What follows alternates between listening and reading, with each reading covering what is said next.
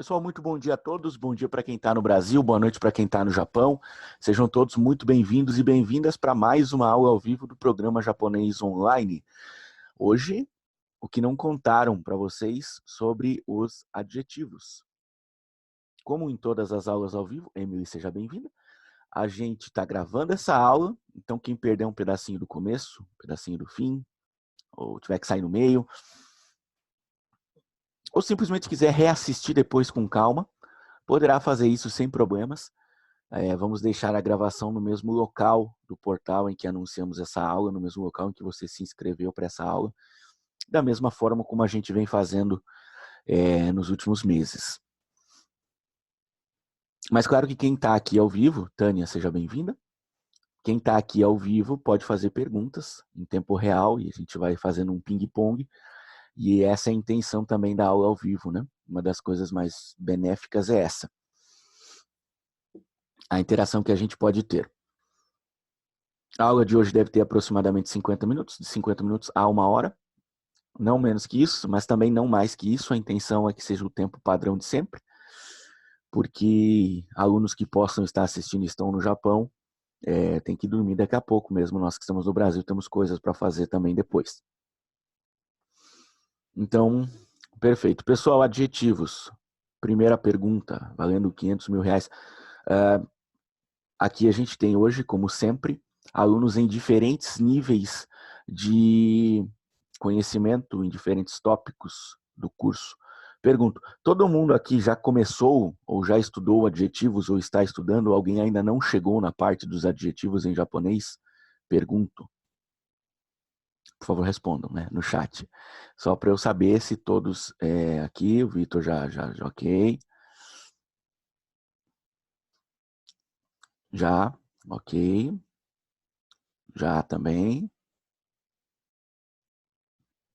Mais alguém?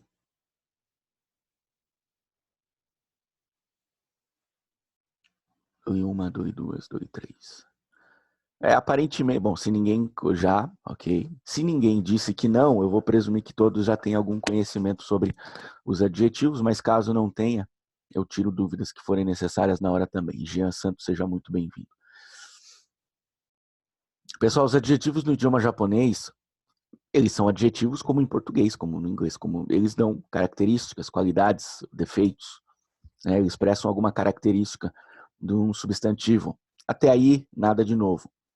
Mas existem algumas particularidades na hora de traduzi-los que podem gerar confusão. Então eu trouxe alguns exemplos de alguns casos que vão exigir de nós uma sensibilidade na hora de entender a sua nuance para a gente não se confundir e não traduzir equivocadamente. Eu trouxe aqui alguns exemplos que eu acredito que sejam os mais comuns para exemplificar como a gente tem que estar atento a algumas coisas. E depois vocês provavelmente vão perguntar, mas como é que eu identifico casos assim? E eu vou explicar como identificar casos assim, ok? Eu vou compartilhar a minha tela. Não, pera, cliquei errado. Não, pera aí. Aqui, compartilhar a minha tela e eu vou pedir que vocês confirmem, como de praxe, se vocês estão vendo, se apareceu bonitinho, né? Eu sei que precisa de mais um, eu já vou providenciar aqui mais um. E vocês me confirmam também se o zoom que eu vou providenciar é suficiente, tá? Se está bem visível e tudo mais. Aqui, 200% deve ser suficiente. Aqui. Apareceu para vocês, está visível. O zoom está suficientemente grande, né? Vocês conseguem enxergar, tá tudo certo.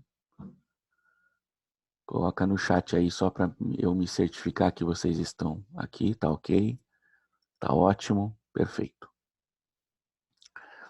Pessoal, às vezes as pessoas, outras pessoas têm coisas que nós não temos. Elas passam por experiências que nós queríamos passar. Elas estão numa condição que nós queríamos estar. E a gente fica com inveja. E aí um japonês diz essa frase aqui, essa primeira aqui é Urayamashi na, que pode ser traduzido como que inveja. Puxa, que inveja, né? Esse na aqui é a partícula de fim de frase. É aquela partícula de fim de frase que a gente usa quando a gente está meio que, sabe, pensando alto, assim, sabe? Puxa, né? Falando sozinho, pensando alto e tal, deixando escapar uma coisa que a gente está pensando. Esse é o uso do na. Esse uso do na, tanto por homens quanto por mulheres, soa bem natural. Victor Soares, seja muito bem-vindo. Então, esse na é uma partícula de fim de frase, porque o urayamashi é um adjetivo do tipo i. Então, é bom explicar porque poderia confundir. Aliás, eu fiz questão de colocar dessa forma para explicar, porque é muito comum que uma frase desse tipo tenha esse na como partícula de fim de frase. Para explicar, né, para meio que desabafar assim, uma coisa que a gente está pensando, divagando e põe para fora, usa esse na.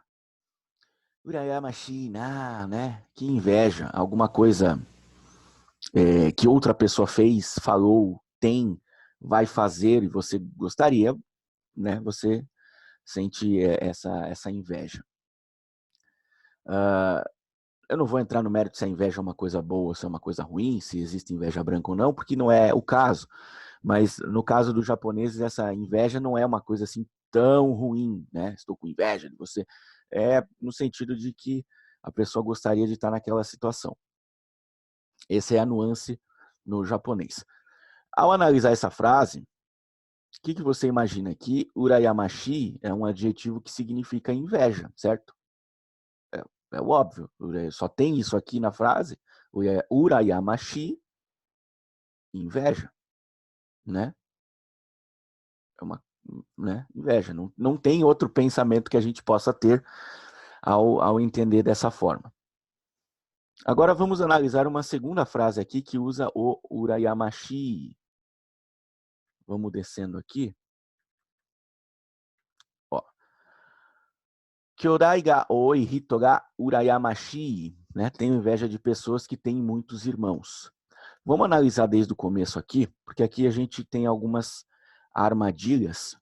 E agora a gente vai falar de um outro adjetivo rapidinho, que é o oi, que dá a ideia de numeroso, muito, no sentido de quantidade, muitos, né? Uma coisa muito numerosa. A primeira coisa que você vê aqui é oi hito, você pensa muitas pessoas, certo? Oi, muitos, hito, pessoas. Oi hito, muitas pessoas. Mas a tradução não diz isso, aqui diz pessoas que têm muitos. Como assim? O oi, esse oi aqui, e também tem um outro adjetivo que tem essa característica, que é o sukunai. Sukunai significa poucos. Deixa eu mudar aqui e colocar num... Aqui. Sukunai. Sukunai significa poucos, tá? O oi significa muitos e o sukunai significa poucos, né? Eles são uma exceção na regra dos adjetivos, porque eles não vêm antes do substantivo, né? Não é sukunai hito ou oi hito, não é. O padrão é sempre alguma coisa, ga, oi. Alguma coisa é numerosa. Alguma coisa, ga, sukunai. Alguma coisa é pouca, é em pouca quantidade. Esse é o padrão. Então, vamos aqui. Alguma coisa mais ga mais oi ou sukunai. Esse é o padrão. Eles são exceções, são duas exceções no idioma japonês. São dois adjetivos que se comportam dessa forma. Aos pouquinhos, quando você vai vendo frases com esses adjetivos, no começo você estranha um pouquinho, porque não está acostumado, esquece, mas de tanto ver, e o oi é muito frequente na língua japonesa, é muito usado, você vai se acostumando. Então, o oi rito aqui é errado, né? Você não olha para esse bloco de informações aqui. Não. Você olha para esse bloco aqui, né? Alguma coisa, que no caso é o kyodai, mais ga, mais o. Eu estou apontando com o dedo para a tela, mas vocês não estão vendo. Mas vocês estão vendo o cursor ali. Então, são irmãos que são muitos, né? Irmãos numerosos. Muitos irmãos, num português mais claro. Eu vou tossir um pouquinho. Muitos irmãos. É um bloco. Parece um pouco confuso, porque depois vem um substantivo, a tua tendência é achar que é o irrito, e vai acontecer isso na primeira, segunda ou terceira vez que você vê de novo essa palavra, mas depois você, é verdade, e se acostuma. Fique tranquilo, é assim no começo. Então esse bloco aqui, Kyodai ga oi, muitos irmãos, mais rito, então é uma pessoa que tem muitos irmãos. Pessoas que têm muitos irmãos. Ok? Esse bloco aqui, pessoas ou pessoas que têm muitos irmãos. Esse acento no tem é só se for no plural, se for no singular não tem esse acento. Vamos considerar que não tem. Então a gente já matou metade da frase aqui, pessoas que têm muitos irmãos. Até aqui tudo bem? Alguma dúvida até aqui? Pessoas que têm muitos irmãos. Ok, já aprendemos uma coisa nova sobre os adjetivos, duas exceções de adjetivos do tipo i, que tem um comportamento, um posicionamento na frase diferente do habitual, que a gente encara de uma maneira diferente. Nada difícil, nada fora do comum, mas é muito importante saber, para não se confundir, não achar que são muitas pessoas. Ninguém dizendo que tem dúvidas, então vamos lá. E aqui a gente vai voltar para o Urayamashi, que, vamos descer um pouco a tela, Urayamashi a gente já viu que significa inveja. Né? Lembra? Inveja na frase anterior. Todo mundo concorda que na frase anterior significava inveja. Né? Ou alguém que tem inveja, né? Que está sentindo inveja. Então, se a gente tem aqui que esse bloco, esse começo aqui, significa pessoas que têm muitos irmãos, o ga indica quem faz a ação. Então, pessoas que têm muitos irmãos, urayamashi, inveja, tem inveja. Pessoas que têm muitos irmãos, têm inveja, certo? Mas não é isso que a frase diz. Tenho inveja de pessoas que têm muitos irmãos. Mas se o ga indica quem faz a ação de sentir inveja, então as pessoas que têm muitos irmãos deviam sentir inveja. E não o contrário. O que estará acontecendo? E aqui a gente percebe que o urayamashi, ele tem uma característica, ele tem um significado. E aqui a gente tem uma armadilha que é assim. Alguns adjetivos como esse, quando aparecem sozinho, a gente tem que adaptar a tradução. Isso faz parecer que a tradução adaptada é a tradução 100% literal, mas não é.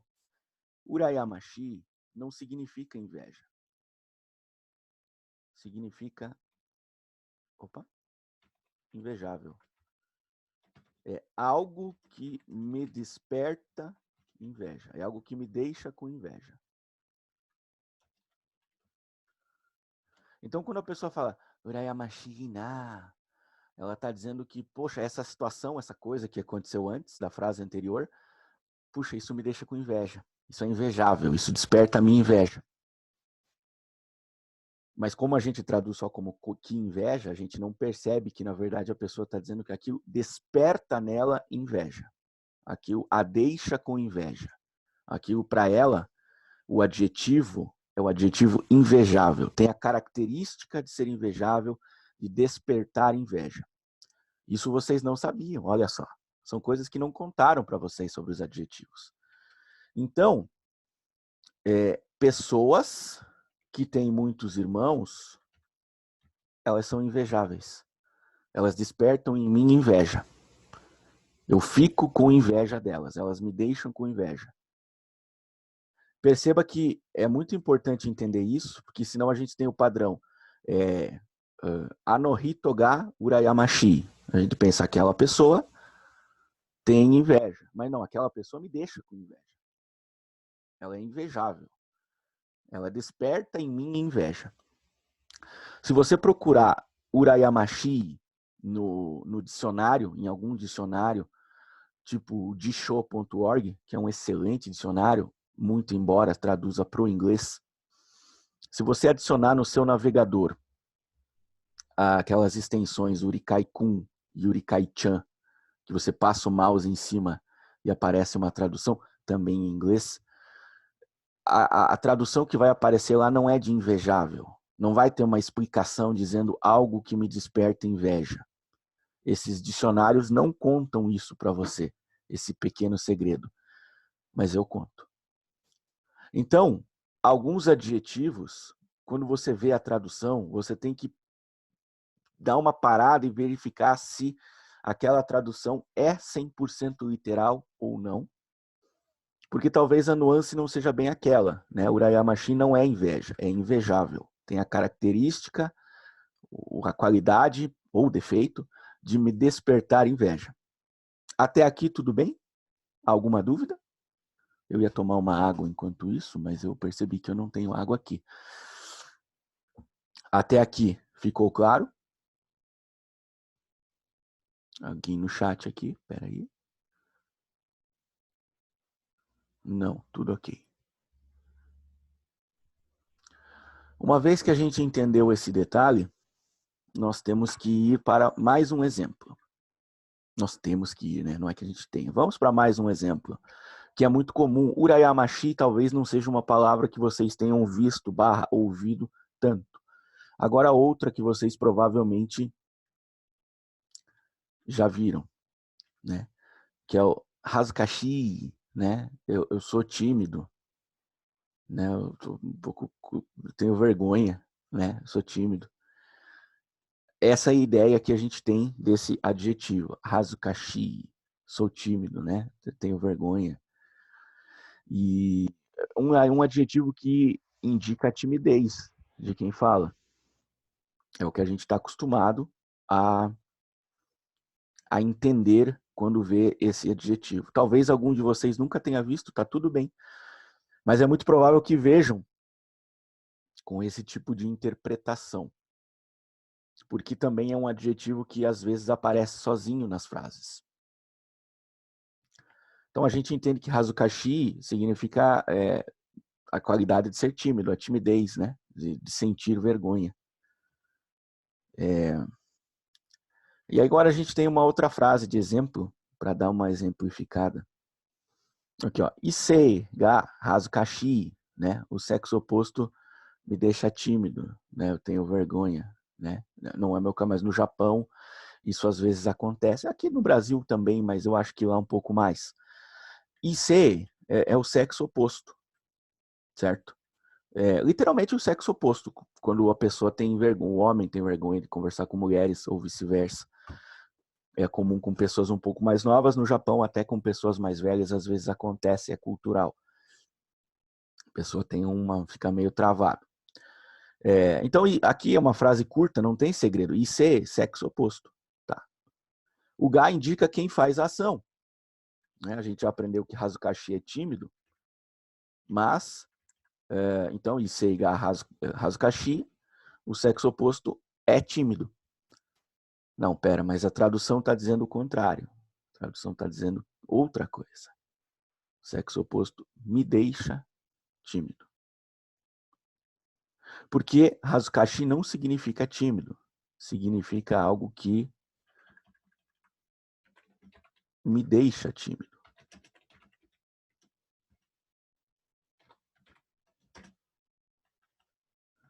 Algo que é constrangedor.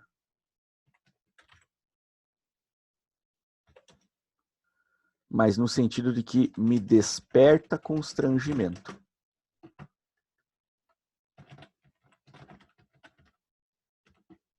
Eu não sei se está aparecendo aqui na compartilhamento de tela essa parte lateral aqui de baixo, porque eu tô... não sei se também aparece para vocês aqui as janelinhas de todo mundo. Se não estiver vendo, eu minimizo aqui. Aqui acho que agora ficou melhor, né?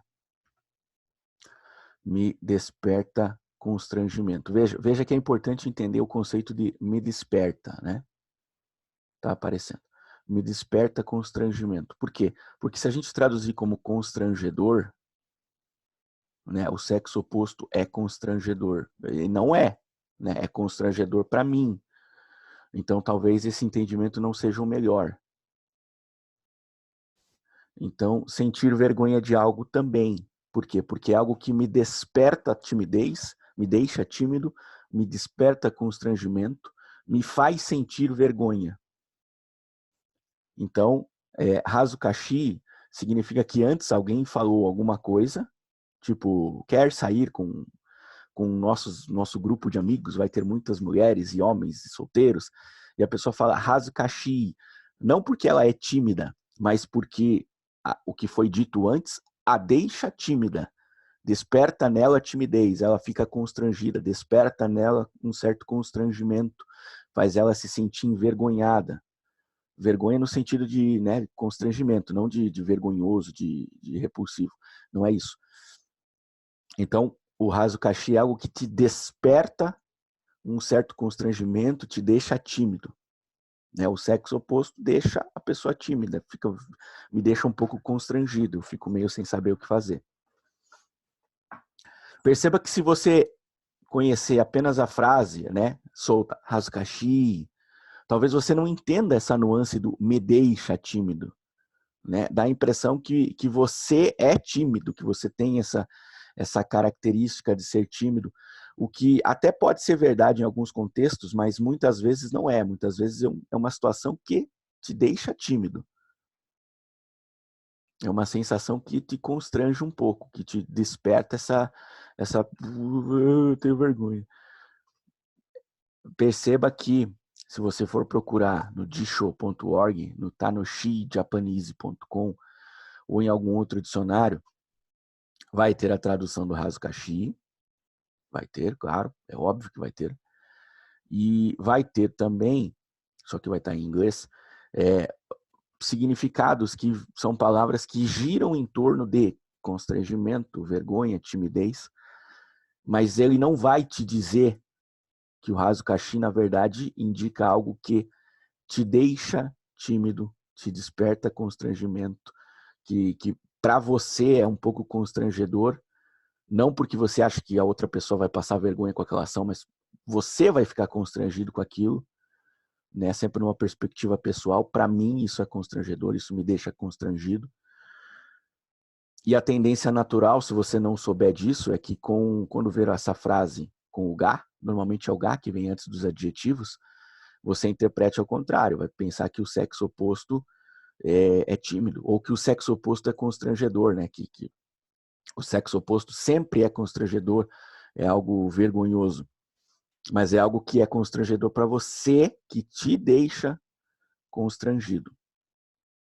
Tem alguém que deixou alguma mensagem no chat?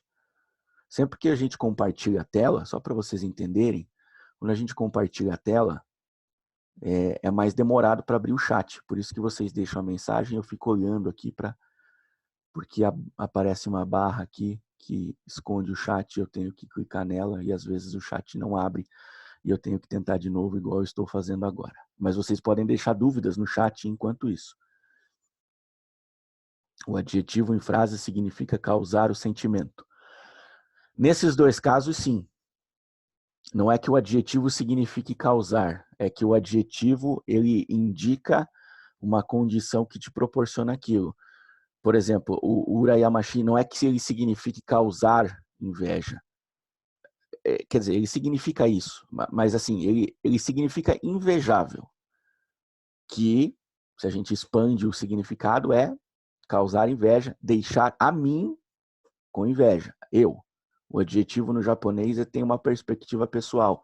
Quando você fala que algo tem uma característica em japonês, aquilo tem uma característica na sua opinião, que é o que eu vou explicar já daqui a pouco, é o próximo passo. Então, esse raso kashi, ele indica algo que causa constrangimento, porque é constrangedor. Significa constrangedor para mim. Não é constrangedor para a sociedade como um todo. Assim. O sexo oposto não constrange todo mundo, só constrange a mim, me deixa constrangido, me deixa tímido. Agora vamos ver um pouquinho sobre essa questão do para mim, certo? Para mim. Existe, vocês conhecem o adjetivo, provavelmente conhecem, imagino, um adjetivo no idioma japonês, esse não está escrito aqui, vamos escrever agora aqui, que opa, kawaii. Tem uma i a mais. Kawaii. Medo, assustador. Quando a gente começa o curso, não sei se vocês lembram, mas tem uma frase de exemplo que diz assim: Jishin ga kowai. Ela significa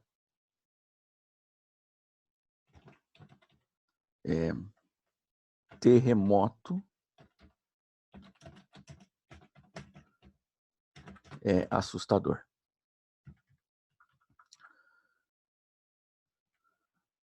Não, na verdade a tradução que aparece lá não é essa.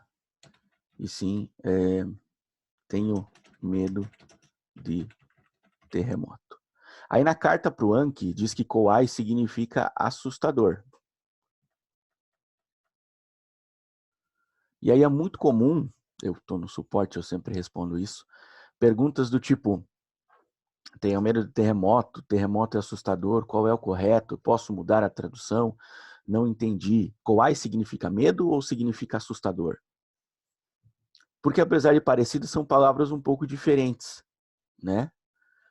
Se Kowai significa medo, então de Xinga Kowai, o terremoto, tem medo?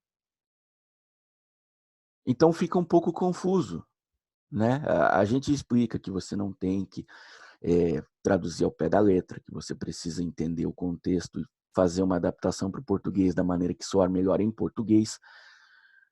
Mas assim, para você poder fazer isso, você tem que entender, e às vezes assim você não entende. É medo ou é assustador, Charles? Decida-se. Koai significa assustador. Né? O terremoto, lá, Koai, ele é assustador. Ele desperta em mim medo. Não é que ele é o medo, né? Ele tem medo, ele desperta em mim o medo. Ele é assustador. Certo? Ele é assustador. Ele desperta em mim o medo. E aqui a gente entra naquilo do que eu falei antes do para mim. Ele é assustador para mim. Não quer dizer que seja para você, não é uma verdade absoluta. Talvez você, terremoto. Né? O que vem de baixo não me atinge. Você pode dizer isso. Mas para mim é assustador. Por isso a tradução tenho medo de terremoto, ela é válida. Porque se é assustador para mim, quem tem medo sou eu tenho medo. E quando alguém quer dizer no Japão que tem medo de alguma coisa, que considera algo assustador, vai dizer isso, tal coisa ga kowai. Kowai. Ou simplesmente só kowai, né? Porque a tal coisa pode estar implícita no contexto. Então, na verdade, desperta em mim o medo, né? O medo é, para mim, algo assustador, esse terremoto. E se você for ver a frase só Kowai, né? Tenho medo, como Kowai, tenho medo daquilo que foi mencionado antes, você vai achar que Kowai significa ter medo. Aí você vai ver, de Xinga Kowai, o terremoto tem medo.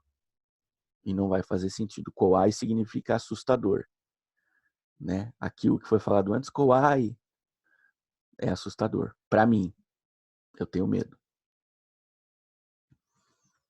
Então isso quer dizer, Charles, respondendo também a pergunta que veio antes, que todo adjetivo, então, ele vai significar algo que desperta em mim aquilo. Sempre, sempre.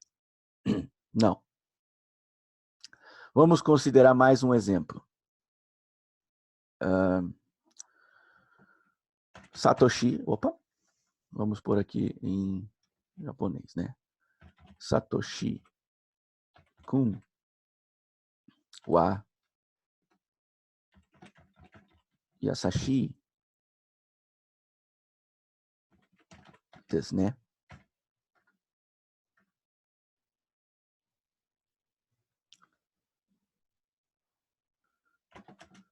o Satoshi Kon, opa, é gentil, né? Vamos reescrever esse começo aqui com a letra correta.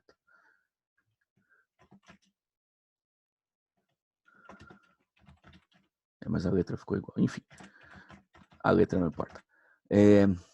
Yasashi, gentil, né? Pessoa educada, meiga, doce, agradável, né? Gentil. Isso significa que ele é gentil para mim, na minha opinião, ele é gentil. Talvez na sua não seja. Mas ele não desperta a gentileza em mim. Ele é gentil, né? Eu poderia colocar o Gá aqui para ficar menos, para manter o padrão das frases anteriores. Ele não tem a característica de me deixar gentil, despertar gentileza em mim, não, nem tanto. Ele é gentil, ele não me faz gentil. Então aqui o raciocínio de tudo que a gente viu antes não se aplica, porque é outro adjetivo, é outro caso. Ele é gentil, ele tem a característica de ser gentil, não desperta em mim nada. Não me dá vontade de ser gentil também. Ele é gentil, o problema dele, eu não tenho nada a ver com isso. Eu não sou gentil. E aí a pergunta que vem é, em alguns casos a gente tem aqui que desperta em mim aquilo, né? Faz com que eu me sinta de um jeito. Em outros casos não. Em outros casos a pessoa é aquilo e acabou. Como eu sei quando é um caso e quando é outro? Essa pergunta vocês estavam pensando agora, não é? Admitam? Ok, ninguém vai admitir. Não era essa pergunta que vocês estavam pensando. Mas, em alguns casos, é desse jeito, né? Em alguns casos, não é. E a gente vai ter que analisar caso a caso. Cada adjetivo é uma situação um pouco diferente. Cada adjetivo tem a sua nuance. Para o japonês, é tudo a mesma coisa. Kowai, Yasashi, Hazukashi, Urayamashi é adjetivo, não tem muita diferença. Quando nós temos que traduzir, a gente às vezes tem que adaptar para o conceito se manter fiel ao original em português. E aí a gente tem que fazer essas adaptações e parece que são coisas diferentes. E já que para a gente acaba na tradução sendo um pouco diferente, a gente tem que conhecer os adjetivos. E a aula de hoje, além de eu contar para vocês essas coisas que eu acho que ninguém nunca contou, é para que a gente entenda que precisa analisar cada adjetivo, como um caso específico, procurando entender o que é que ele realmente significa, né? Vendo a maneira como ele se comporta nas frases. Ninguém me contou que Koai significa assustador, e que alguma coisa Koai, alguma coisa assustadora que me desperta. Isso é uma coisa que eu aprendi de tanto ver o Koai. Né? Eu aprendi isso de tanto ver o Hazukashi e entender como ele se comporta. Eu aprendi isso de tanto ver como funciona o Urayamashi e entender como ele se comporta. Então, o meu convite é para que vocês, ao se depararem com adjetivos, prestem atenção para ver como ele se comporta, qual é a nuance que ele traz. Claro que os adjetivos que forem aparecendo no nosso material do programa Japonês Online, vocês vão, se tiverem dúvidas, vão perguntar no suporte, a gente vai explicar, uma explicação que deve ser mais ou menos parecida com essa, e vai ficar tranquilo entender. Mas, ao mesmo tempo, aos poucos, vocês vão desenvolvendo uma sensibilidade de perceber o que é que acontece com cada adjetivo. Perceba que é um pouco diferente de como funciona em português um adjetivo. A gente não consegue sempre traduzir de forma 100% literal. A gente tem que dar uma adaptada, entender o que é que ele quer dizer e adaptar. Até porque dizer que, assim, pessoas que têm muitos irmãos são invejáveis. Soa muito formal, né? Não é muito natural a gente dizer isso. Soa mais, assim, corriqueiro dizer, não, eu tenho inveja de pessoas que têm muitos irmãos. Então, às vezes, até para que soe mais natural, a gente tem que dar uma adaptada. Entender os adjetivos no japonês não é trocar uma palavra pela sua correspondente em português. Em alguns casos, até pode ser que funcione bem, tipo yasashi e gentil. Fim, resolvido. Em outros casos, não. Como cada caso é um caso, o meu convite é para que vocês prestem atenção nisso, Fiquem atentos para que consigam pegar essas pequenas nuances baseados no contato com esses adjetivos que vão aparecendo nas frases com uma certa frequência. Assim como os verbos aparecem as centenas nas frases, né? Quanto mais a gente vai estudando, os adjetivos também. E a gente vai pegando a manha de tanto vê-los. Para fechar essa questão do não pode ser uma tradução literal, pelo menos não na maioria das vezes, a gente tem, como um último exemplo, o clássico ski, né? Gostar, né? Ou adorar, amar, que seja. Você chega para aquela pessoa, e diz, ski desu, né? Te adoro, te amo, gosto de você. E aí o estudante de japonês, ele viu várias vezes no seu anime favorito, em algum mangá, em algum noticiário, em algum dorama, ou na vida real, quem mora no Japão, ele viu alguém dizer suki, como uma declaração de amor. E aí ele acha que suki é o verbo gostar, é o verbo amar. Ele acha que suki é um verbo. Isso é talvez a coisa mais comum, assim, se a gente fizesse uma lista dos erros mais comuns de um estudante iniciante, esse deve ser o mais comum de todos. Todo mundo acha que ski é um verbo. Talvez algum de vocês tenha passado por isso. Eu passei por isso. Eu mandei mensagens para as pessoas achando que ski era um verbo e, obviamente, a mensagem ficou totalmente errada gramaticalmente. Eu passei vergonha. Acontece. Então, a gente coloca... vamos caprichar na letra aqui. Anata ga ski. Né? Amo você. E aí as pessoas acham que ski é um verbo e perguntam por que é anataga e não anatao. Né? Deveria ser anatao, o verbo gostar.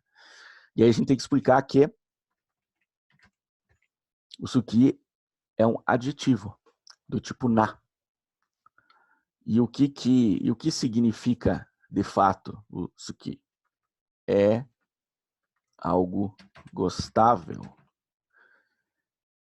amável e desperta em mim amor. Claro que traduzir como você é gostável ficaria pavoroso em português. Você desperta em mim amor, fica muita frescura, né? Amo você é uma tradução melhor. A gente adapta a tradução desse adjetivo para soar bem em português. E aí em português parece que é um verbo, mas na gramática japonesa, que é o que importa para nós, é um adjetivo. Ou seja, é mais um adjetivo que tem uma nuance que na hora de traduzir exige uma adaptação. Mas antes disso, na hora de entendê-lo, exige um cuidado para a gente não simplesmente trocar palavra por palavra, não procurar simplesmente um correspondente em português, mas para entender o que ele significa. Com os que a gente vai meio que pegando a manha mais rápido, porque ele é mais frequente, ele aparece um pouco mais, ele é mais comum, né? O mundo é cercado de amor, então as pessoas dizem isso toda hora e a gente vai se acostumando. Com os outros casos, é um pouco menos frequente. Talvez vocês não tenham se atentado a isso, ou porque esses adjetivos que eu usei como exemplo não apareceram nos estudos de vocês ainda, ou porque realmente ninguém contou tudo isso para vocês, mas eu conto. Entendido isso, a moral da história é: cada adjetivo tem que ser encarado como uma situação específica. Não faz sentido você tentar fazer uma tradução direta. É muito melhor você focar em entender o que aquele adjetivo quer dizer. E quando aquele adjetivo aparece sozinho numa frase, quando a frase for só ski, dá a impressão que eu te amo, dá a impressão que significa amar, mas na verdade significa despertar em mim o amor. Então, quando um adjetivo aparece sozinho na frase, a tendência é que ele esteja com a tradução ligeiramente adaptada. Então, a armadilha de você achar, bom, a frase tem uma palavra, a tradução tem uma palavra. Achei a correspondência perfeita. É uma armadilha que existem com os adjetivos. Fique atento, procure entender. Procure, se for o caso, se você tiver na dúvida, esse adjetivo aqui, será que é isso? Será que é aquilo? Será que eu entendi bem? Procure frases de exemplo no qual ele não apareça sozinho, porque traz a armadilha da tradução direta. Procure uma frase de exemplo como essa aqui, que Odai ga oi hitoga urayamashi, uma frase de exemplo com um contexto maior que te permita, pelo contexto, deduzir. Ah, ele quer dizer isso, a função é essa. Ah, porque na frase em que só o adjetivo aparece, é muito perigoso você achar que o adjetivo é esse, a tradução dada é essa, então é isso aqui. E às vezes não é isso aqui, é isso aqui e isso aqui, mas para ficar bom na tradução mudou-se para isso aqui. E aí quando aparecer uma frase diferente, você talvez não consiga adaptar tão bem, porque você não entendeu o conceito. Perfeito? Eu vou descompartilhar a tela.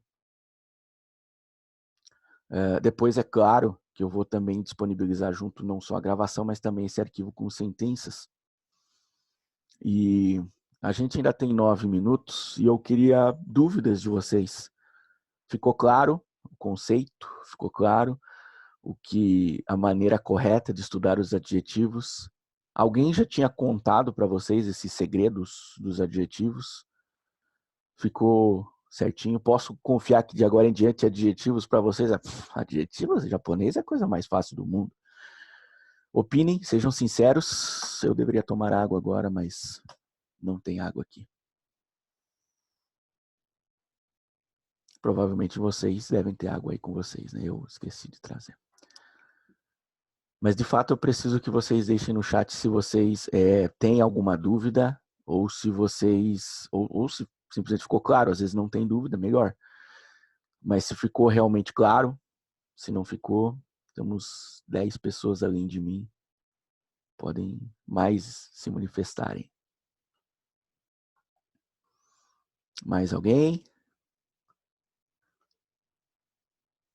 Esses dois últimos exemplos, colar isso que apareceram no início do curso. Exatamente. E apesar da gente, me lembro do Luiz reforçando sobre a tradução deles. Exato. O Luiz tem também, o nosso método é o mesmo, então o nosso raciocínio sempre será essa questão de você não ser 100% literal. Eu entendia isso, mas nunca tinha pensado nessas diferenças. Eventualmente, você acha que só um adjetivo, só o suki, e às vezes o kirai, né? O suki é gostar, o kirai é detestar, só eles são assim, né? E aí quando aparece outro adjetivo que tem que dar uma adaptada, você não... Puxa, mas por quê? Porque quase todo adjetivo no japonês não dá para traduzir de forma literal. Obake ga kowai desu, tenho medo de fantasma, né? O fantasma é assustador, para mim, na minha opinião. Por isso que eu que tenho medo. Vocês talvez não tenham. São coisas que a gente vai pegando, mas a nossa preocupação é porque muitas dúvidas que vão surgindo, muitas coisas vocês vão pegando. E só que tem algumas coisas que não são pegas assim, que não são pescadas no ar tão facilmente. E que às vezes é bom a gente dar uma focada naquilo para matar 100% aquela dúvida. Beleza? Eu acho que, não sei, acho que não tem mais dúvidas. Teoricamente a gente tem mais 6 minutos de aula, mas não adianta também eu ficar enrolando aqui se vocês não têm mais dúvidas. Calendário de maio já está disponível no nosso portal, calendário com aulas ao vivo. E lá vocês se programam, né? A gente tem para esse mês bastante conteúdo, bastante aula com lições, ensinando coisas e revendo uma ou outra que já apareceu, com a ideia de a gente ir pegando algumas estruturas e regras gramaticais importantes e se certificando que todo mundo já entendeu ou vai entender depois da aula ao vivo. E é isso, resumindo, né? Na quinta-feira de tarde a gente tem o shika, né? Shika, como queiram, que vem junto sempre com o verbo negativo depois. Mas na tradução ele aparece como uma frase afirmativa.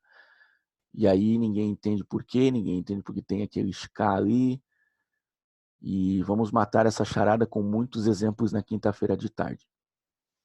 Espero vocês lá então, pessoal. Nos vemos no suporte. Eu só vou ligar o computador e já vou lá para o suporte também, tirar as dúvidas de vocês.